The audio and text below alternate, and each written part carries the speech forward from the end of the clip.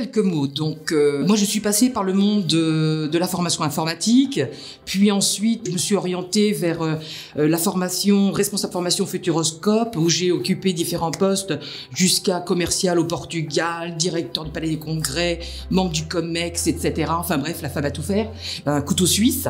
Et ensuite, je me suis orientée vers le monde du tourisme en arrivant à Marseille. Et puis ça m'a amené à devenir directeur régional sud-est d'un grand groupe américain. Ce qui m'intéresse, ce sont les clients, la relation client et comment on peut développer le dialogue avec eux.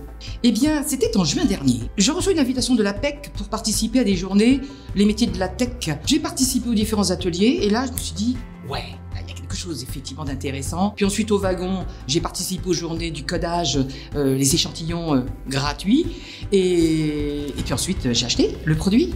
Alors pourquoi j'ai intégré le programme Women Coders? D'abord, Women Coders, c'était donner encore plus de poids dans la diversité, c'est-à-dire qu'il faut des femmes dans la tech, et puis parmi ces femmes, il en faut toutes les origines, et je me suis dit pourquoi pas de tous les âges. J'avais fait une formation analyse programmeur, j'ai fait du développement, mais c'était à l'époque, vous voyez, c'était l'époque du Minitel. J'avais fait de l'analyse et un peu de codage. J'essaie de retrouver cela. J'avais mis en œuvre également dans mes différentes missions de consulting du langage de programmation sur Excel, donc j'avais cette notion-là, un peu d'analyse. Maintenant, au niveau des langages, non, je ne connaissais pas les codes qu'on apprend aujourd'hui pour les sites web, mais la logique, je m'en sers beaucoup. Ce qui me plaît, c'est vraiment une dynamique d'équipe, des horizons très différents, des gens qui viennent de plein de métiers différents et qui mélangent leur savoir pour en faire, dans un entonnoir avec du codage, des choses, je dirais, à la fois formidables, c'est-à-dire qu'on apprend ensemble, on fait des tests, vraie dynamique de groupe avec des outils pédagogiques qui sont très gamiques.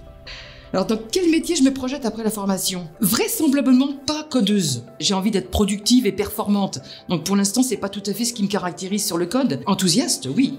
Mais du coup, je serais plus partante pour être en conseil pour les petites entreprises, les TPE, les PME, dans tout ce qui est transformation. C'est-à-dire que là, ils ne voient pas grand-chose. Moi, je peux leur ouvrir un peu les coulisses, puis les aider, les conseiller, les accompagner dans cette transformation dite numérique de création de sites pour des TPE, PME.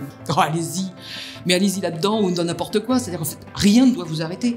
Ne vous dites pas, je vais pas y arriver, je suis trop nulle, j'ai pas de logique, je suis pas matheuse, gna gna gna. Franchement, si vous avez envie d'apprendre, envie de partager, envie de découvrir, envie d'appliquer, poser des questions, il n'y a rien qui vous retiendra. Et il n'y a rien qui vous empêchera d'y arriver.